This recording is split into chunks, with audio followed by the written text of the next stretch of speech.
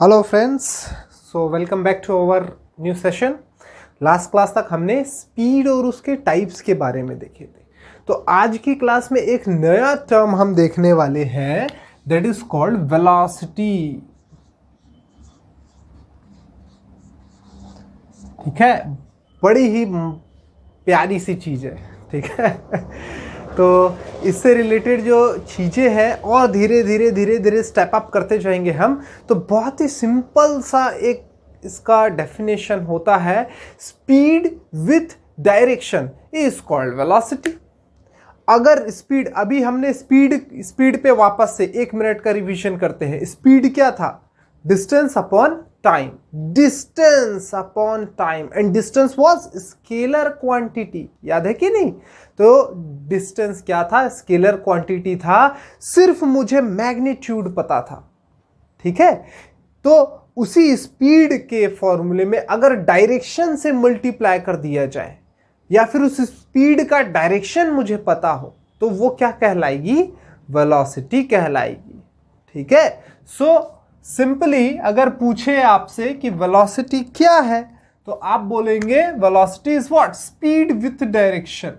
ठीक है, तो simply we can say speed with direction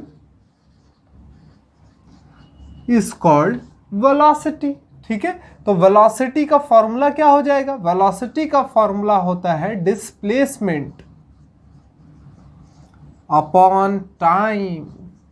ठीक है, स्पीड का क्या था? डिस्टेंस अपॉन टाइम, और वेलोसिटी का डिस्प्लेसमेंट अपॉन टाइम। ठीक है, ये पॉइंट क्लियर है आपका? अच्छा, तो और एक टर्मिनोलॉजी यूज होती है एवरेज वेलोसिटी। इसके बारे में भी थोड़ा एक फॉर्मूला बस जान लीजिए। एवरेज, अगर आपसे पूछे कोई कि एवरेज वेलोसिटी क्या है, ठीक है, तो एवरेज वेलोसिटी होता है initial velocity plus final velocity upon 2। Average निकालना है। ठीक है, where u is what? Initial velocity and v is what? Final velocity.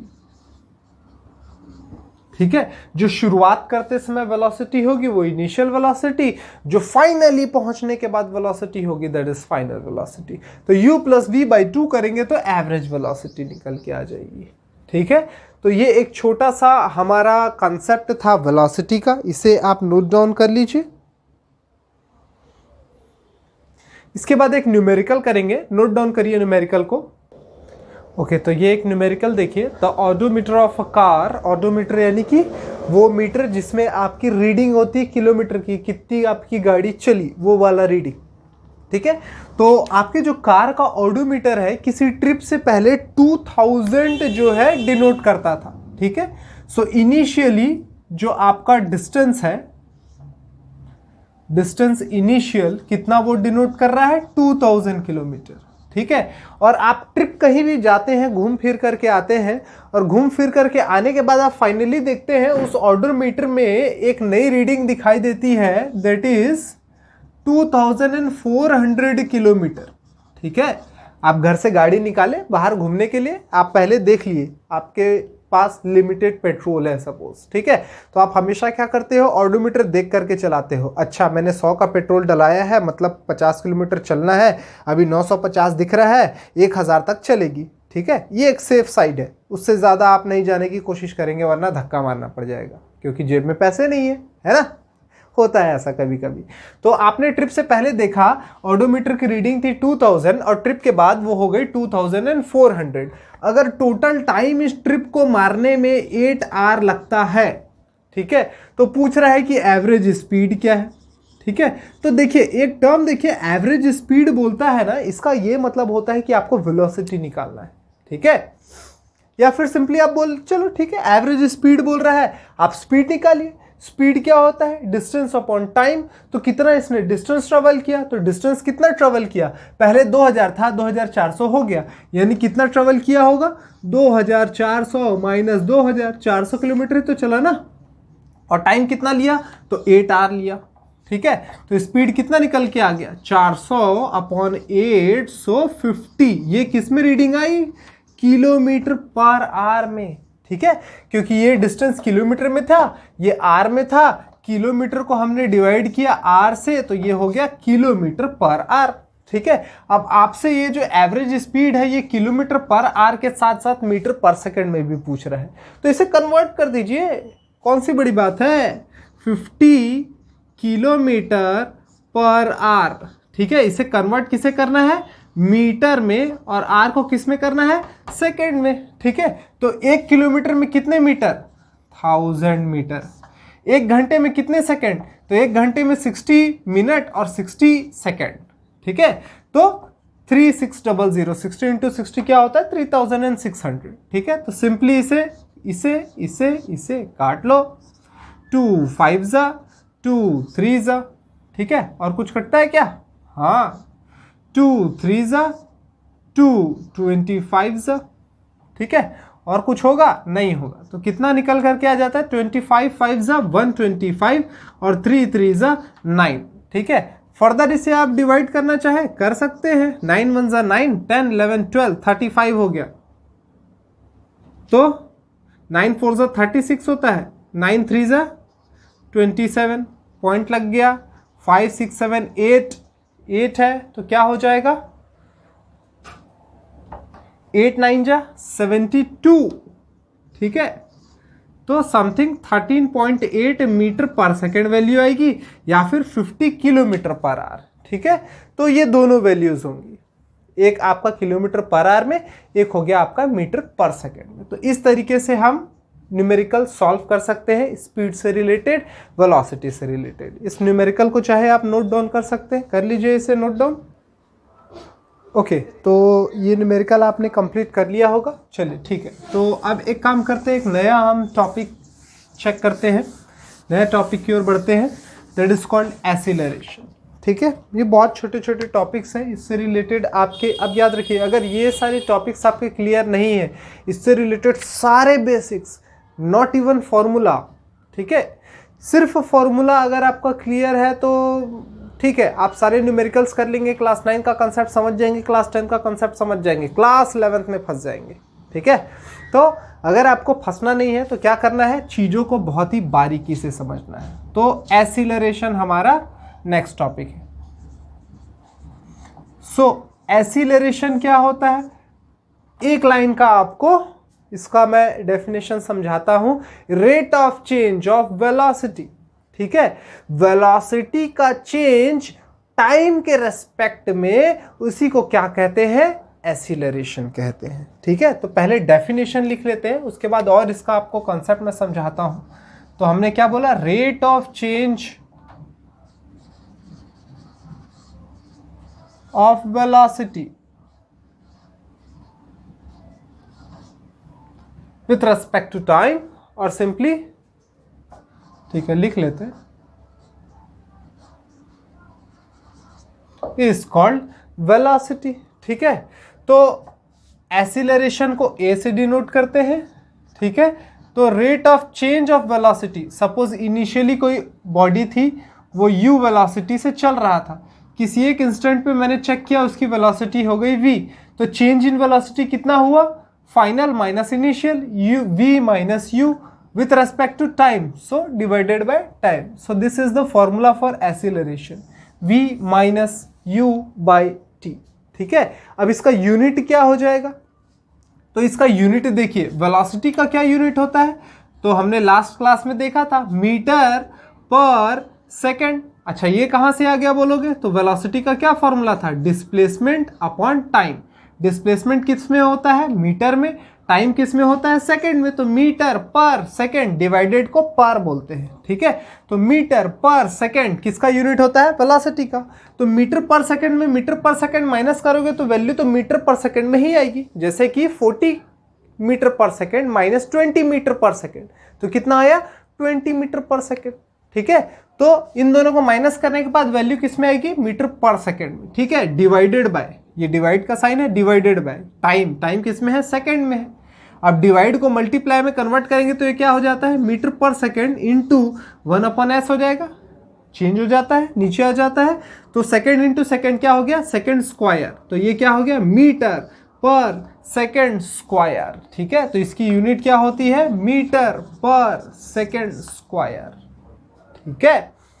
अब और डिटेल में समझना है सर, समझ में नहीं आया एक्सीलरेशन क्या होता है।